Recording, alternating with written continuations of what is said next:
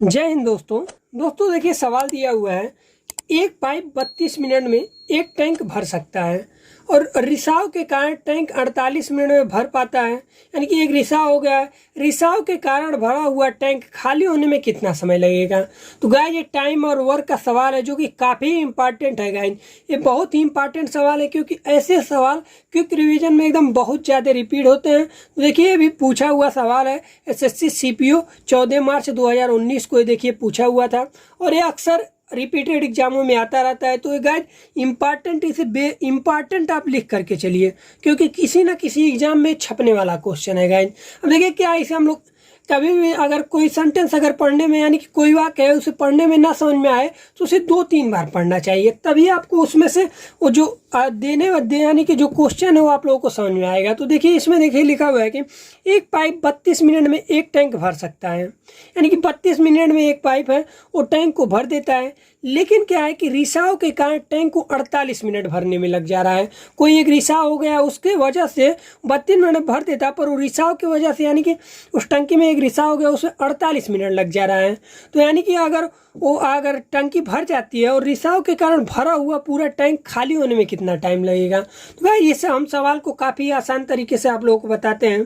देखिए मान लीजिए कोई टंकी है, मान लीजिए कोई टंकी है जो कि क्या कह रहा है कि 32 मिनट में एक टैंक को भर देती है, पर वो कह रहा है कि जब एक रिसाव हो गया है, मान लीजिए कि वो रिसाव बी है और वो रिसाव मान लीजिए अगर आप मान लेते हैं रिसाव बी है तो टैंक को पूरे यानी कि पूरा टैंक को भरने में 48 मिनट लग जा रहा है। यानी कि ए प्लस बी हम लोग मान लेते हैं, बल्कि ए हमारा क्या रिसाव है तो रिसाव में हमेशा माइनस रहेगा और ई हमेशा प्लस रहेगा क्योंकि रिसाव में हमेशा क्या माइनस है घटाता है। इसको घटाने में कितना 48 मिनट लग गए हैं।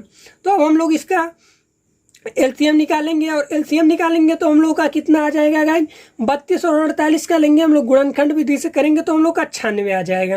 अब काफ़ी दोस्तों को ये कन्फ्यूजन होगा कि आखिर में 96 कहाँ से आ गया, तो हम काफ़ी आसानी तरीके से आप लोगों को बता देंगे। देखिए 32 और 48 का हम गुणनखंड लिए हैं, जो कि गुणनखंड निकालना आप लोग प्रॉपर 7-8 से ही तो ही जानते आ रहे हैं, पर चलिए फिर भी हम आप लोगों को बेसिक बता रहे हैं तो बेसिक से ही बताएंगे। अब देखिए 2 से इसे काटेंगे तो 16 हो जाएगा और यहाँ पर 2 दूना 4 और 2 चौका 8 हो जाएगा। और अगर हम लोग यहाँ पर 2 से काटते हैं तो 2 8 16 हो जाएगा और 12 हो जाएगा, यानी कि 12 दूना 24 2 हो जाएगा। यहाँ 2 से काटेंगे तो हम लोग का हो जाएगा 2 चौका 8 और 6 दूनी 12 हो जाएगा और फिर करेंगे तो 2 दूनी 4 हो जाएगा, 2 तिहाई 6 हो जाएगा। फिर 2 से एक बार जाएगा 3 इसी तरह रह जाएगा और 3 से एक बार जाएगा तो 1 यहाँ पर रह जाएगा। अब देखिए इन्हीं को गुणा कराते हैं, यानी कि 2 दूना 4 4 दूनी 8 8 दूनी 16 16 दूनी 32 और 32 तिहाइयाँ 96 हमारा हो जाएगा। यानी कि 32 तिहाइयाँ हमारा 96 हो जाएगा। यही 2 यहाँ हम लिख देते हैं 2 गुणे 2 गुणे 1 2 3 4 5 बार हैं गुणे 3 1 2 3 4 5 और यानी कि यही हमारा गुणनखंड के हैं तो यही 96 आया हुआ है। तो यही हम 96 लिख दिए हैं। तो आप काफ़ी हमारे पूरे दोस्तों को लगभग समझ में आ गया होगा कि ये 96 कहाँ से आया है। अब देखिए इसका एक 96 यूनिट काम है। अब इसका घंटा हम लोग निकालते हैं कि ये कितना घंटा काम करता है, तो 32 से यहाँ क्या 96 हो जाएगा हमारा और 48 दूना 96 हो जाएगा। अब देखिए यहाँ पर जो ए कितना घंटा काम कर रहा है, ए कितना 3 घंटा काम कर रहा है। आप लोग ध्यान से देखिए ए 3 घंटा काम कर रहा है और जब ए प्लस बी दोनों मिल करके यानी कि ए काम कर रहा है और बी यानी कि इसको माइनस कर रहा है यानी कि एक रिसाव कर रहा है, तो हम लोग का बी का अगर मान निकालेंगे हम लोग तो ए तो हमारा 3 दे दिया हुआ है। अब देखिए जो बी है यानी कि रिसाव कर रहा है उसकी जगह पर क्या हो जाएगा कि 2 आ जाएगा, तो ए बी के जगह पर 1 हो जाएगा। 1 हो जाएगा, वो भी रिसाव कर रहा है तो माइनस रहेगा, यानी कि बी का जो हमारा मान कैलकुलेटिव मान आएगा वो 1 आएगा। अब कह रहा है कि सवाल में कह रहा है रिसाव के कारण भरा हुआ टैंक खाली होने में कितना समय लगेगा। यानी कि अगर हम लोग टैंक को लीकेज की बात कर रहे हैं, अगर टैंक की देखिए टैंक के लीकेज की बात कर रहे हैं, लीकेज बी द्वारा टंकी खाली होने में लगा समय अगर हम लोग निकालते हैं, जो कि हमारा यही पूछा हुआ है गाइस। अब देखिए टोटल टंकी में कितना 96 यूनिट आ रहा है और इसकी बी की क्षमता कितनी है, यानी कि बी की रिसाव करने की क्षमता कितनी है। हमने यहाँ से इसका क्षमता निकाल लिया 1 है। अब 1 से इसका भाग दे देंगे तो हम लोग का कितना आ जाएगा 96 मिनट आ जाएगा गाइस।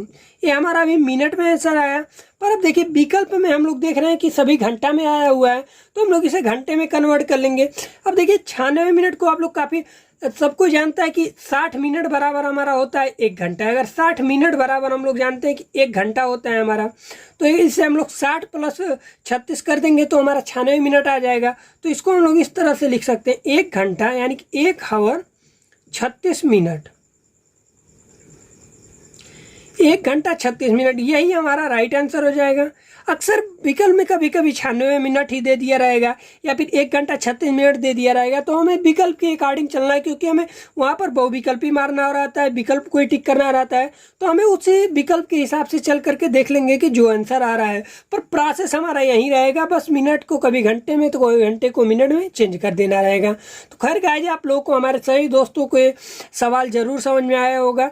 और गाइज, ये सवाल काफ़ी इंपॉर्टेंट है, जो कि मैंने पहले ही बता दिया था। तो गाइज प्लीज़ वीडियो को लाइक कीजिए, और अगर नए हैं तो चैनल को सब्सक्राइब करिए और कमेंट करना ना भूलिए। गाइज मिलते हैं अगले वीडियो में। धन्यवाद दोस्तों।